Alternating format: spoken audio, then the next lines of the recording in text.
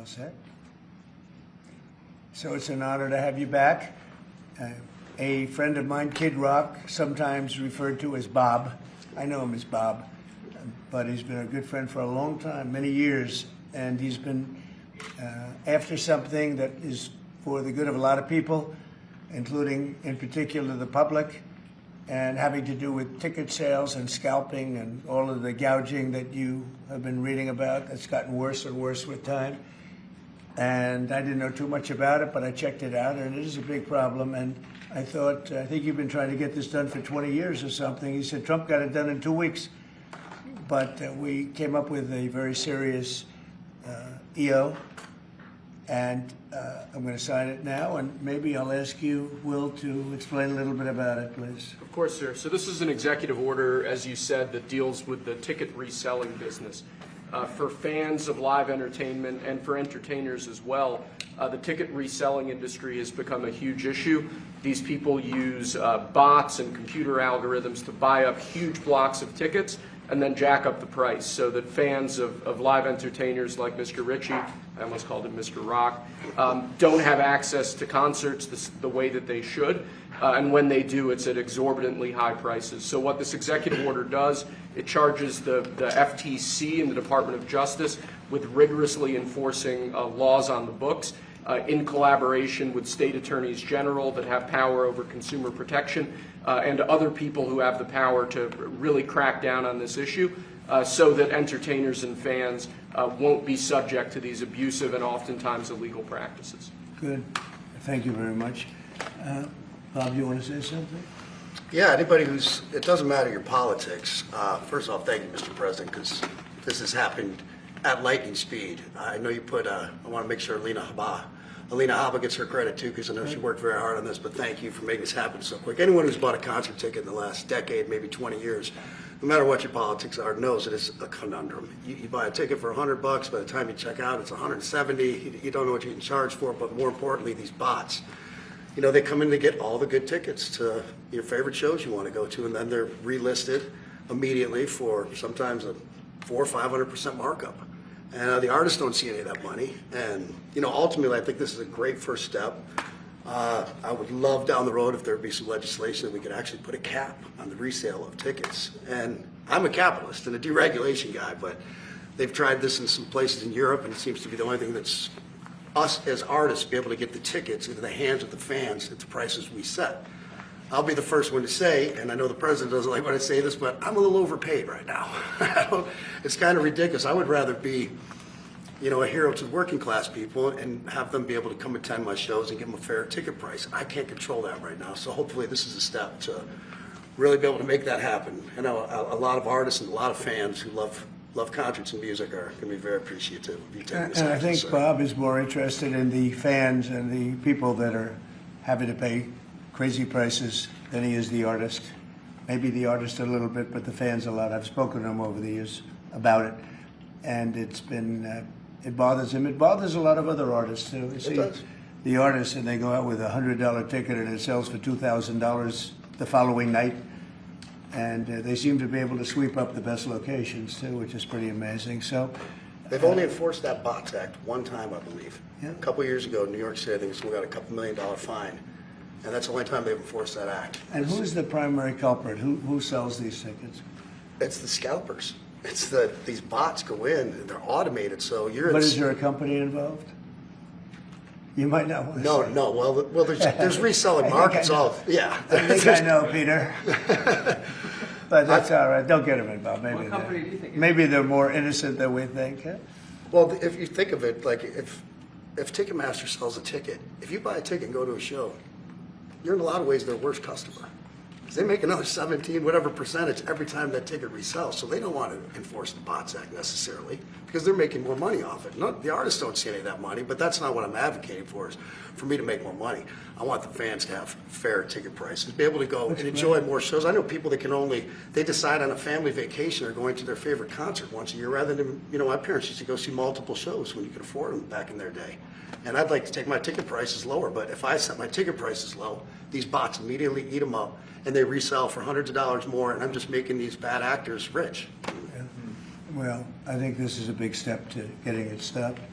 Do you have something, Brian? Yeah, I do actually. I actually feel that the consumer is going to take the money that they've saved and actually buy merch, which you guys have a big percentage of, or do concessions, which you guys split with the venue on that as well. So I think their money We don't goes share in further. concessions a lot. No? No, those are, we try to, but they don't want to share it in the beer prices and parking or any of that stuff. But the bottom line is there's money for everyone to be made.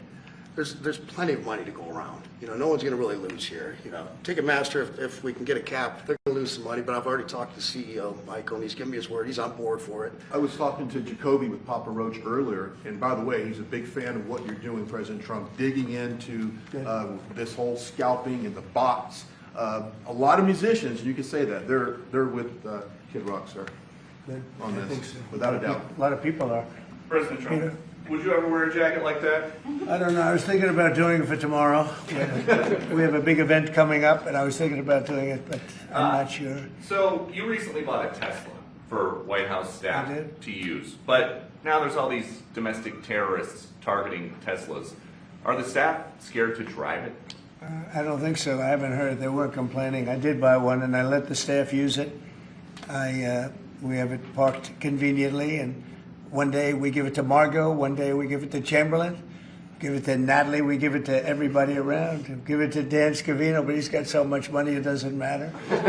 But they love the car, and it's a great car, and it's made here. You know, it's made in the country. He's got a tremendous plant now in Texas, and he has one in California. Does a lot of his work here, and he's been really unfairly treated, in my opinion. I drive one. And Yeah. there's this other story. I know it's hypothetical right now, but if you were allowed for some reason to run for a third term, is there a thought that the Democrats could try to run Barack Obama against you I'd love for that. his third term? Boy, I'd love that. That would be a good one. I'd like that. No, people are asking me to run, and there's a whole story about running for a third term. I don't know. I never looked into it. They do say there's a way you can do it, but I don't know about that. But I have not looked into it. I want to do a fantastic job. We have 4 years, just about, almost close to 4 years. Time is flying, but it's still close to 4 years, and we're getting a lot of credit for having done a great job in the first almost 100 days. And we have some big things we're going to be announcing over the next 2 days that you know very well, Peter, and I think it's going to be something that's going to bring a lot of wealth back to our country, tremendous wealth back to our country, actually. And other countries are understanding it because they've been ripping us for 50 years, longer, but they've been ripping us off for years, right from the beginning. And I think this is going to be an amazing, I call it a lot of different names, but it's really, in a sense, it's a rebirth of a country because how we could have afforded to do what we did. We help everybody, and they don't help us. The term I like best probably is the liberation of America. It's a liberation of this country because it's incredible. Look, we have 36 trillion in debt for a reason, and that accumulates over a long period of time. So I think what you're going to be seeing over the next couple of days will be very inspiring to a lot of people. You know, they had a lot of auto plants being built in a certain country. I don't want to mention the country because we get along great with the country, but those plants aren't being built there anymore. They gave them up today and yesterday, day before, and they're building them all now in the United States. And we have many examples, not only auto plants, chip companies from Taiwan are coming in. The biggest, Mr. Wei, he's big. I said, you are a smart guy, aren't you? I've been reading about him over the years, but he controls a large portion of the chip business, as you know. You don't get smarter. They're going to be investing $200 or $300 billion. Apple's investing $500 billion. You know, they always built their places in China. Now he's building here. I think because of you speak to Tim Cook, because of the election, but maybe more importantly because of the tariffs. You know, he's got really an obligation to do it. But we have many, many companies that you haven't even heard of. But I think we'll be at $5 trillion very soon. And if you think about this, we've never been anywhere near that. I don't know if we've ever been at $1 trillion. What do you mean by that? We're 500. What do I mean by trillion? 5 trillion. What are you referring to, sir? I think that we're going to be at $5 trillion of investment. I think you're going to have investments very shortly. We're already 3.5, and we have commitments, verbal commitments for a lot more. And numbers like that have never been done in this country. And it's going to get harder. This is in 2 months. It's really in less than 2 months, because since we've really gone out with it. And we have other interesting things happening. But to me, the whole tariff situation, and essentially they've done that to us for many years. So if we're anywhere near $5 trillion in 2 months, this could be numbers like the country's never seen. And every time you hear a dollar spent, that's another job, because the jobs are coming with it. So auto plants, chip plants, pharmaceuticals, lumber coming in. We have things happening in this country. I'm not sure that they've ever seen it. Steel, we have tariffs on steel. They've been here for a while. Steel and aluminum. Nobody's ever seen anything like we're witnessing now. Nobody's ever seen. I think most of you agree with that. I mean, it's nothing much you can't agree with. We have things happening in terms of jobs and investment, the likes of which I don't think we've ever seen. If you look at, let's say, $4 to $5 trillion in a period of a month and a half, that's even more than you do with your concerts, which are always sold out, right? Nobody's ever seen numbers. And think of it, where Apple's at $500 billion, as I said, but they always used to spend that money in China. Now they're spending it here. That means they're going to build. Now, they don't have any tariffs. Remember, there are no tariffs if you do your product here, if you build whatever it is in the USA. One of the things we're also trying to get is if you buy a car that was built in the USA, you get a deduction on interest. So if you go out and borrow money to buy a car, if it's built in the USA, never been done before, it's a big deduction for people that really aren't used to deductions, frankly, because people that buy cars like that are not big into the world of deductions, and now they're going to learn about deductions. So I think it's going to be great. Yeah. Mr. President, are you going to move ahead with a universal tariff or different individual tariff rates on a whole variety of different? Well, you're going to see in 2 days, which is maybe tomorrow night or probably Wednesday, you're going to see. And they're reciprocal. So whatever they charge us, we charge them, but we're being nicer than they were. We have a lot of countries, friend and foe. I always say friend and foe, but the friend in many cases is worse than the foe. They took advantage of us. And we are going to be very nice by comparison to what they were. The numbers will be lower than what they've been charging us, and in some cases maybe substantially lower, but we sort of have a world obligation perhaps. But we're going to be very nice. Relatively speaking, we're going to be very kind. Mr. President, you met with the chairman. Somebody said that about me the other day. He said, who doesn't know me very well, they said, "You're such a kind person." And I said, "Say that again." They said, "You're a kind person." I said, "I've never heard that before." It was a weird statement. I was kind. Who said that? I've heard of words that, I don't know, I better not tell you. I've been called a lot of things, but it's sort of a different kind of a word. It's like an old-fashioned word, isn't it? Mr. President, you met with the chairman of Stellantis today. Did Yes. he ask you for a pause on the auto tariffs? No. What was that meeting about? Just about some of the problems they have with the environmental, which we're going to clean up. Have any of the automakers... We're going to probably go back to 1920. If you look, we're going to go back probably to a 2020 standard. So we'll have 2020 standard, and that's just a few years ago. Oh, they're making it so difficult all over the world. They're making it doesn't mean a damn bit of difference either for the environment. It doesn't matter. They make it impossible for people to build cars. So we're going to be doing much different. 2020 is a strong standard. But they've taken it to a level now that makes it very difficult to build a car. So we're going to be bringing it back to a standard that is a very good environmental standard, but it makes it possible to build a car. Have you heard any concerns from the automakers, though, about the tariffs on parts that will go into effect over the coming weeks, about what that's going to mean for the price of... Well, I gave them a big break for a month. I didn't charge them anything, for a big month, for that first month, and they brought a lot of material into this country because they could bring it in without tariff. If you look at Canada and Mexico, they were driving hundreds of thousands of cars into the market because they avoid the tariffs by doing it before the tariffs go on, which would be Wednesday. And I saw some of your shows where cars are lined up for miles and miles.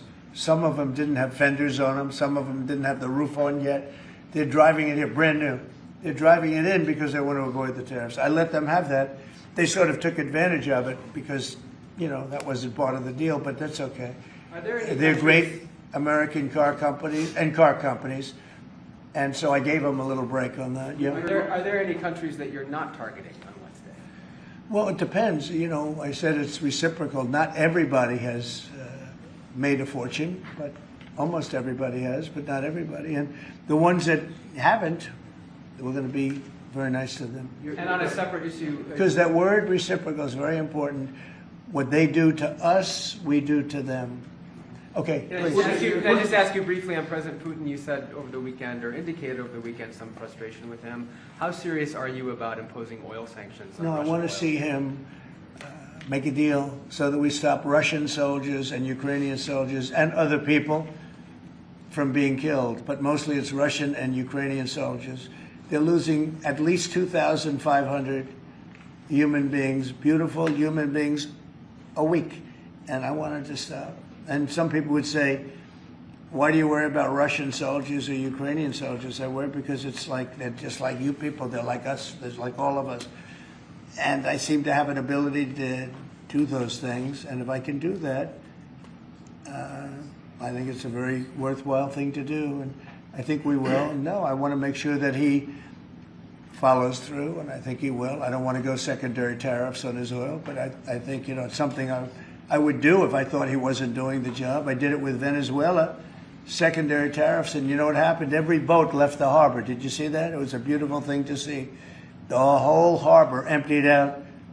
My words weren't even finished. I have these massive ships. They're actually taking the hoses and dumping them into there. They couldn't get out of there fast enough because they know I don't play games.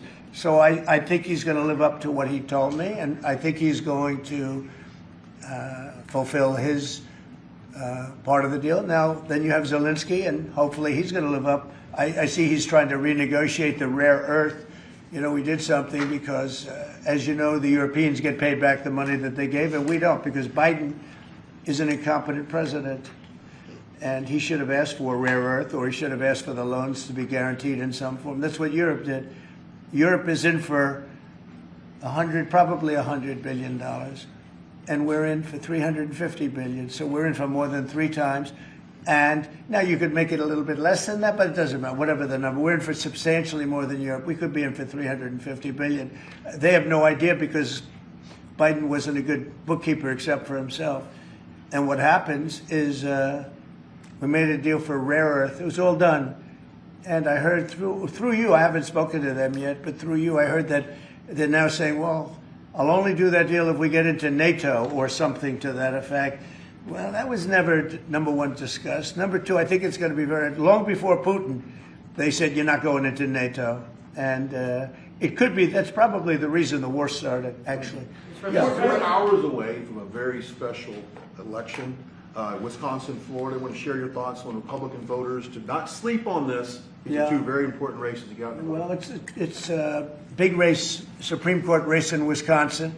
It's taking place essentially as it was early voting, and so we'll see what happens. It's a big race.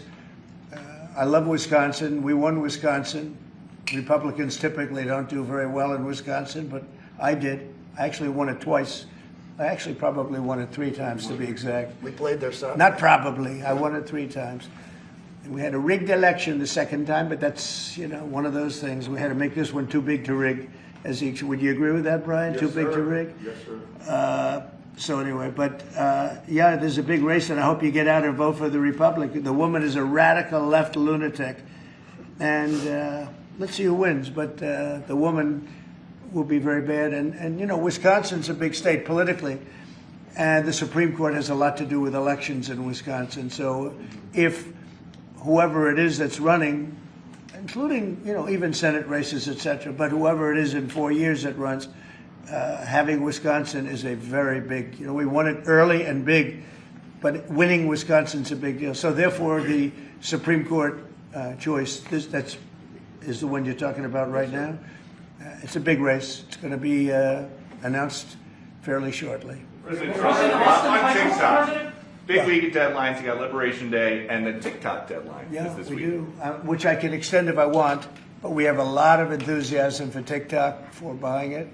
I think TikTok is good. I used it I was a great TikTok guy, and we won by 36 points, the youth. We won the youth, which Republicans don't do. Maybe it's because Kid Rock likes Trump, I don't know, but we won the youth by 36 points, and I attribute some of that to TikTok. Is the TikTok deal, the negotiations now, tied to a bigger tariff deal with China? No, but it could be. I mean, I've used tariffs for lots of different reasons, but I could see, 1 point in tariffs with China, a big country, would be probably worth more than all of TikTok, as valuable as TikTok is. It's big stuff.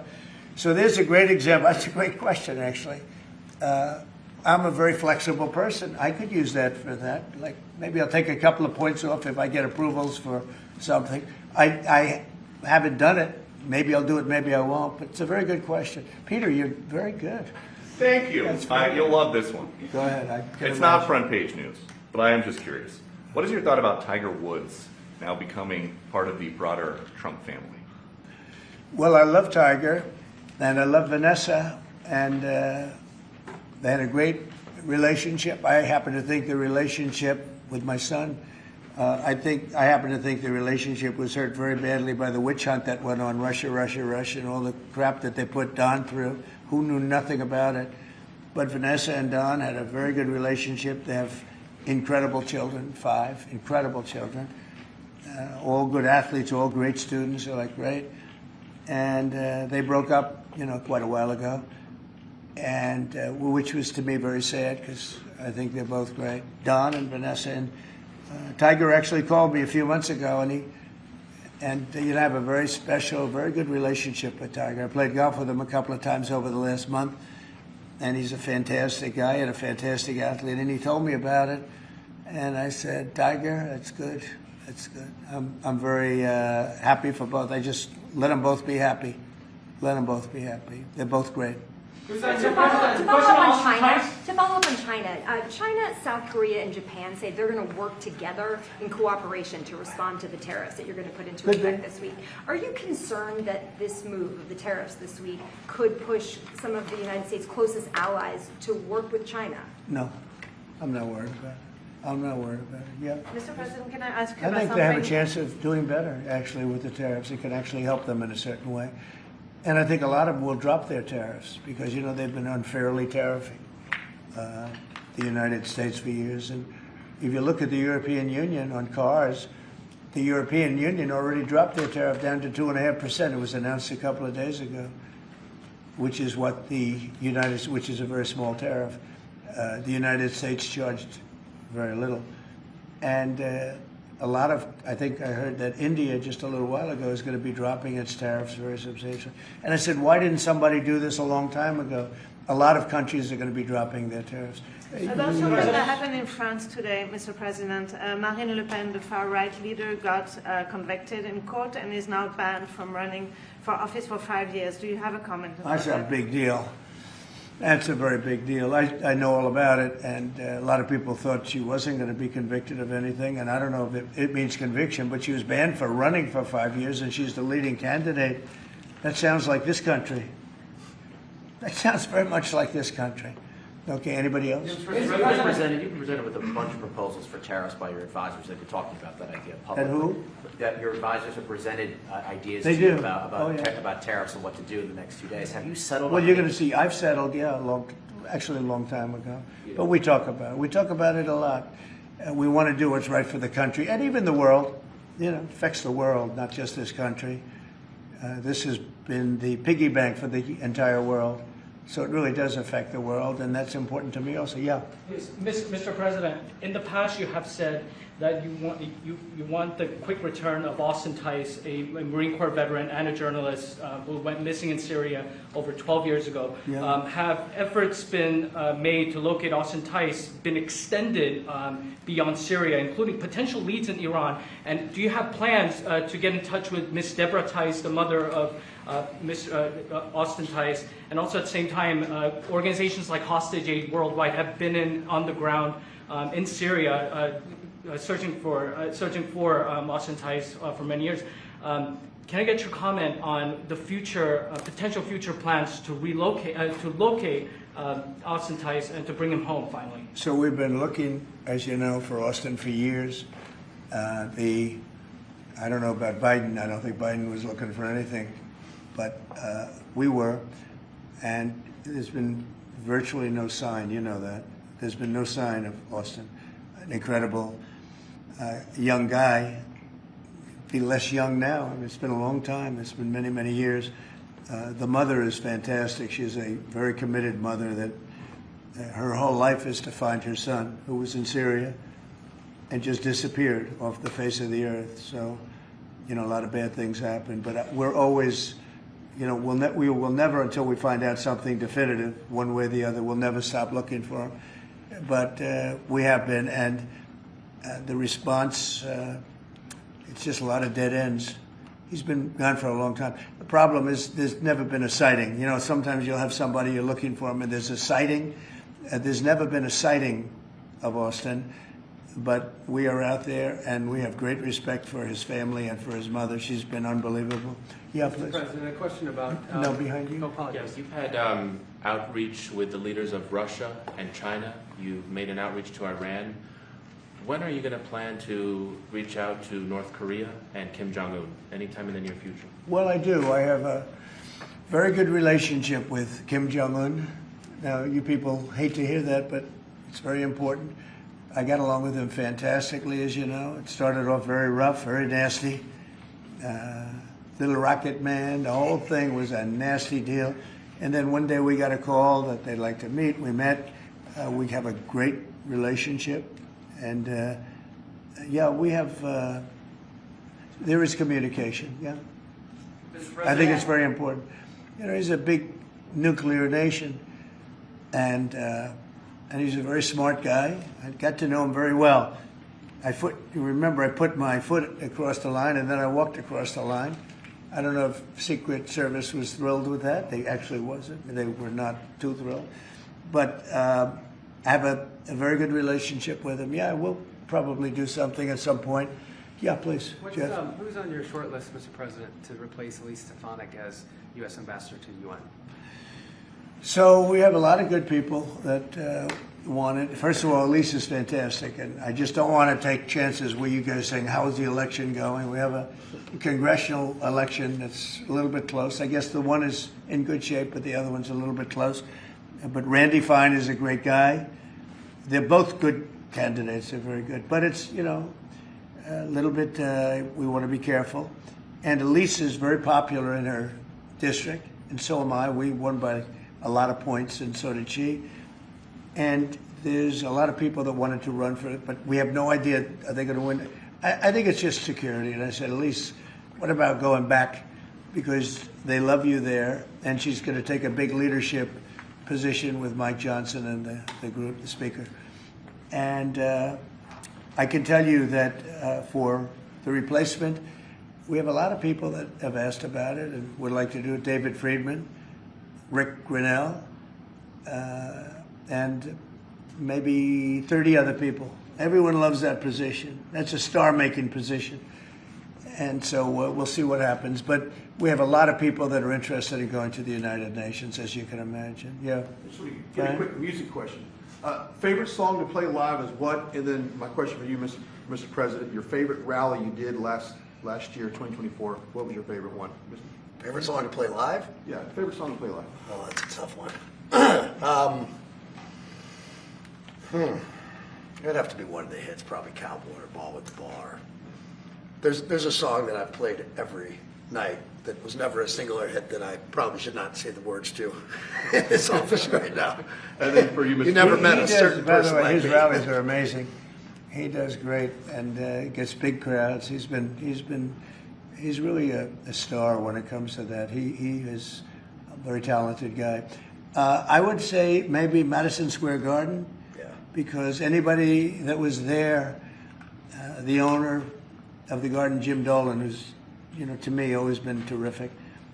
He said he's never seen anything like it. We had when you announce Madison Square Garden, it's a big arena, but we sell out big arenas. We sold out in Milwaukee. We sold out at every big arena. We never had empty seats. It's amazing. They talk about Bernie Sanders gets 2,000 to 3,000 people. Everyone said, these crowds, I get 107,000 people in New Jersey. In Butler, PA, we had over 100,000 the second time. We had 55,000 the first time. We have big crowds. I would say Madison Square Garden because I grew up in New York and the Garden is great. Jim Dolan treated us well, but everybody said they, because I think I could have filled it up 10 times. We had hundreds of thousands of people that were stacked all the way back to the Hudson River and on the other direction back to Fifth Avenue. Nobody's ever said, I don't mean with a line, I mean like 50 deep this way. The streets were closed, the whole thing, it was crazy. And when you take that, you want to do well at Madison Square Garden. You don't want to have empty seats. But we could have sold it out, Brian, 10 times, and everybody knew it. And I think we got a good indication that that's where the election was going. And we won every swing state, and we won by millions of votes. It was a great election, yeah. Mr. President, the U.S. military transferred 17 individuals to El Salvador overnight. Did you discuss with your team whether these deportations would run afoul of any recent court orders? No, I do want to thank, however, the president. He has been unbelievable, and in relation to us. But I think that our people have done an incredible job. I got elected on the basis of getting bad people out of our country that shouldn't be here, very dangerous people out of our country, and that's what I did. And then you have a judge that wants to take over, and I can't imagine it can be allowed. If it was up to him, they'd all be put back in our country. These are killers. These are drug lords. These are really bad people. But I want to thank the president of El Salvador because he's done an amazing job. You saw it. Yeah. Elon Musk's special government tenure is coming to an end, 130 days, I think another month. Yeah. Do you want him to stay longer, or is it time for him to go back to running his companies in Europe? Well, I think he's amazing, but I also think he's got a big company to run, and so at some point he's going to be going back. He wants to. Did you want to keep him around? But I'd keep him as long as I could keep him. He's a very talented guy. I love very smart people. He's very smart, and he's done a good job.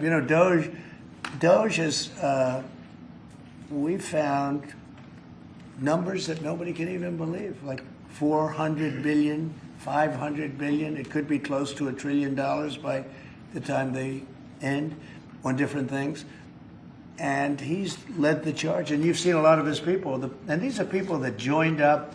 I would say they're high IQ people. I like high IQ people. And they've done a great job. No, at some point, Elon's going to want to go back to his company. I will say he's got, despite the way he's been treated, so he's an American patriot, but the way he's been treated with Tesla is just terrible. It's just terrible. In fact, you have a Tesla. And you love it. You love it. He was saying before he bought a Tesla, he loved it. A lot of people are buying Teslas, I think, and I hope they are. He should not be treated that way. He's done an incredible service to our country. But once he goes back, is DOGE going to keep operating even without Elon here? Well, I can't tell you that. I can say this, that a lot of the people that are working with DOGE are the secretaries, the heads of the various agencies, and they've learned a lot, and they're dealing with the DOGE people. I think some of them may try and keep the DOGE people with them, but at a certain point, I think it will end. But they have also gotten a big education, and they're doing a really good job. There'll be a point at which the secretaries will be able to do this work and do it very, as we say, with the scalpel, and that's what we want. Yeah, Jeff? Mr. President, have you had any updates on the U.S. soldiers missing in Lithuania? I have. Can you give us an update? So 3 are no longer with us, and 1 is unfortunately probably in the same category, but they haven't declared that yet. It was a very heavy truck, like a toy, but really heavy, that lifted the heaviest equipment. And it would seem that the bank of a lake collapsed. The weight is so big. And it was at night, and it was very cold weather, and ice, a lot of ice. And it's possibly slipped, and the weight is so enormous of this thing.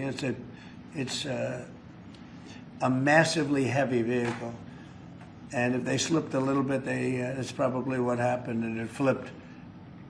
And 3 are gone. and one is missing. On a separate topic, follow up on immigration. Did you see the video of the Tufts University student who was taken off the street by ICE agents last week in hoodies and masks? There's been a lot of criticism of that. Are you comfortable with how that was handled? Well, I haven't really looked at it in any detail, but I will. I mean, I have seen it quickly, but not, I wouldn't want to comment on it. Yeah, please. Yeah, Mr. President, would you be able to confirm recent reporting that you are making plans to go to Saudi Arabia next month? And if so, why is Saudi Arabia so important? So, I have a very good relationship with the Middle East. In fact, if you look at Michigan, I won the vote by a lot. People were a little surprised. And I have a very good relationship with Mohammed and the king. His son is Mohammed, he's great. Crown Prince, actually he's Prime Minister too. He's got a lot of good titles. But he's great, and the king has been wonderful. And if you remember, last time I went to Saudi Arabia, I put him first on the list because they agreed to buy $450 billion worth of American goods, military and otherwise. And they did, and it was an unbelievable day. It was in this gorgeous ballroom, and companies were there from many, probably 100 companies, and they were given anywhere from $40 or $50 million to less, and more, actually. Okay, some of them were given numbers that were just many times that amount. I think we had a couple of $20 billion deals and big stuff. And it's a very rich country because of oil, and we are a very rich country ultimately when we straighten it out because of oil. Oil is always good.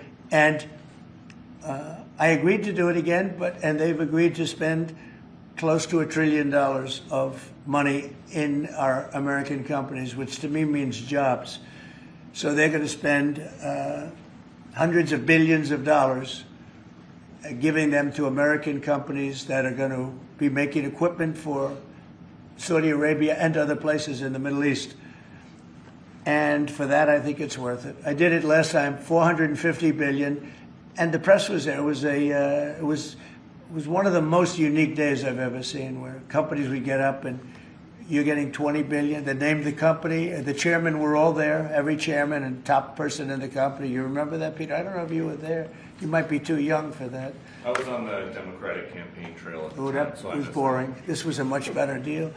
But it was amazing, actually. It was an amazing day. We sold and we partook in $450 billion worth of investment into American companies. And they announced the company, the amount of money, $1 billion, $5 billion, $25 billion.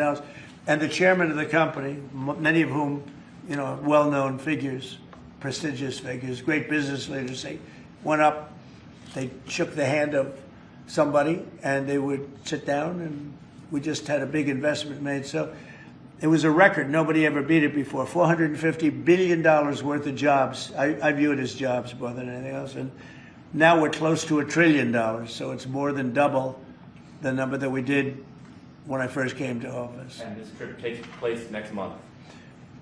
It could be next month, maybe a little bit later, yeah. And we're going to Qatar also. And also we're going to possibly a couple of other countries. UAE is very important. It's a great leader in UAE. And I had his brother here the other night, if you saw that. We had a wonderful guy, a wonderful family. So we'll probably stop at UAE and Qatar, and as I used to call it, Qatar. Nobody's ever told me right or wrong. I always like to say Qatar, but it's Qatar. They like to say Qatar. And Saudi Arabia, the three of them, and then we'll go other places also. But in the Middle East, those seem to be the three. And again, tremendous amounts of jobs will be created in those 2 or 3 days. Thank you very much, everybody. Thank you, Press. Thank you, Press. Headed out that door right there. Oh, Thanks, guys. Trump. Thanks, guys. You guys are signing Thanks, the guys. deal? Wait. Well, that was good. Okay, ready, everybody? Now, you better do well with this. He's going to do it. Make sure everything is nice and clean, right, for your Make industry. America fun Because again. you're not in a clean industry. No, we're Hold not. that up. Okay? Thank you, everybody. Thank you, Press. Thank you, Press. This way. Thanks, everybody. Thank you. Did Biden do news conferences like this, Peter? I don't think so. He was never standing next to somebody who looked like they were about to be shot out of a cannon. It wouldn't have worked out too well. How's it going? All right.